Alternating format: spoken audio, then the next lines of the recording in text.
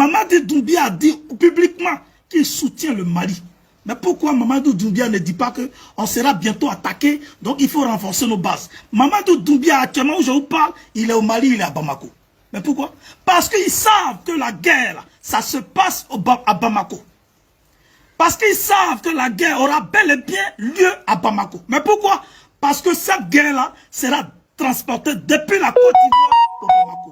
Il y a aussi le Burkina qui a ouvert les brèches pour qu'il y ait aussi des attaques au niveau du Burkina pour attaquer le Mali.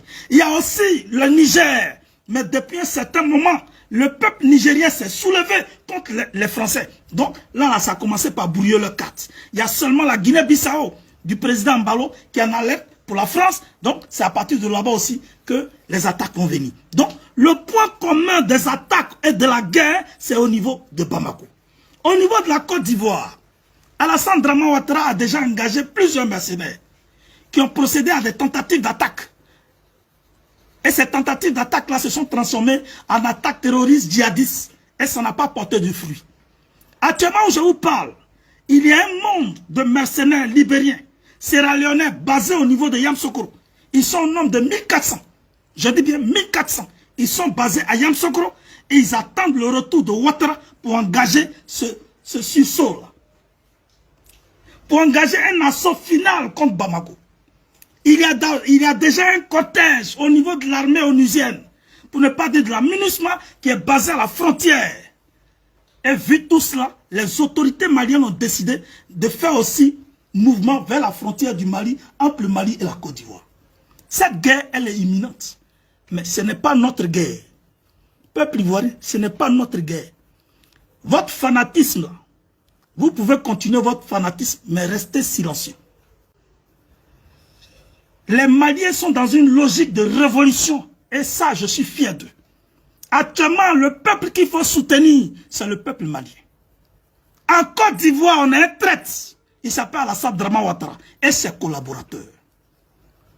Donc, si cette guerre a commencé, la Russie, elle est très sauvage. Elle ne va pas trier.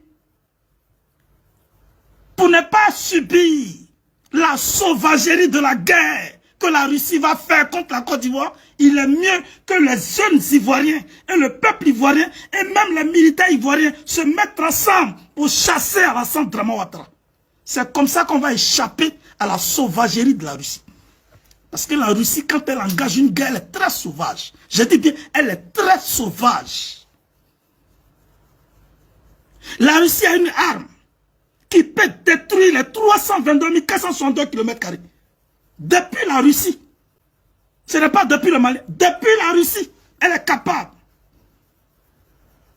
Depuis la Russie, en moins de quelques minutes, elle échappe au radar, n'importe quel radar.